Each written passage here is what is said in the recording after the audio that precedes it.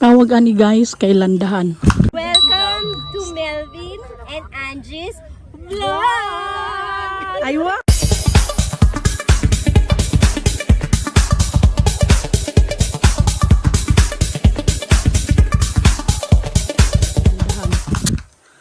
Ayan o. Diyan. Kanang pugon good. Murag pugon. Hindi ko alam kung anong pugon sa Tagalog. Dito siya. Yung may butas o. Uy. Hulog ta diri ba? Kita na to ha. Okay. Ayan.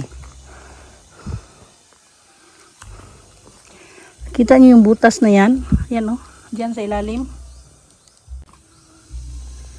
Ayan o. Diyan po ilalagay ang kuan. Kanang. Unsay butang bukong dadi no.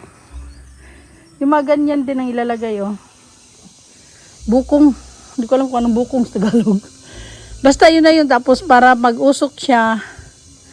Tapos para matuyo yung kupra. Dito ilagay. So nasa ilalim yung kanang sa ilalim yung apoy. Tapos uusok dito. Kadali lang. Ayan. Kadali lang. So ito yung tawag namin ng landahan. And si Joko natulog.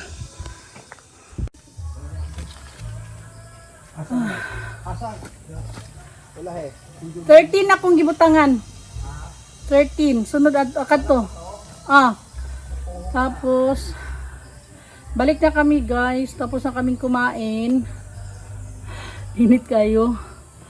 Tapos actually kami abono sila Melvin. Tapos ako yung naglalagay ng numbers sa bawat puno ng coconut tree.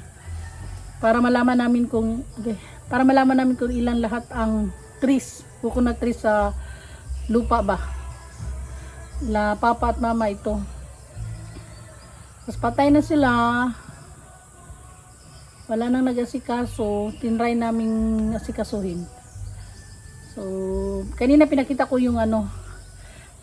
yung landahan kung saan pag nagkupras na normal kupras ha, yung patuyuin talaga yung lugiton bitaw ang niyog. Pag pinapatuyo mo siya, doon ilalagay sa landahan. Tapos yung sa ilalim ang lalagyan ng apoy para yung usok lalabas doon sa may kupra. Pinaglagyan ng kupra. Tapos babalik na ako doon kasi nag-start na sila. At ako'y babalik na ulit.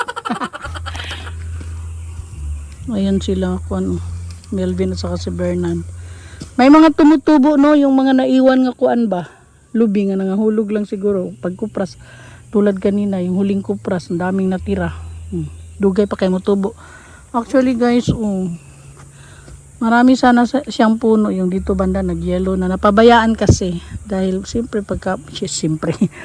nang namatay sila papa ug mama 11 years ago.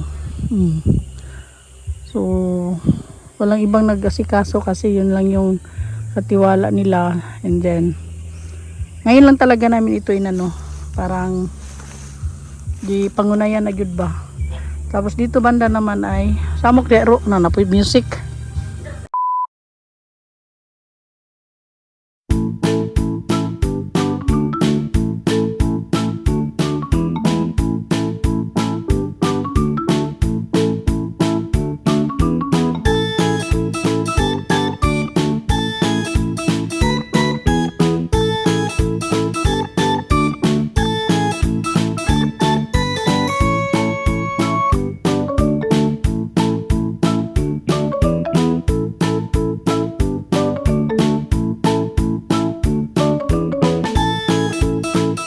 Thank you for watching. Bye bye for now. See you next video. Bye.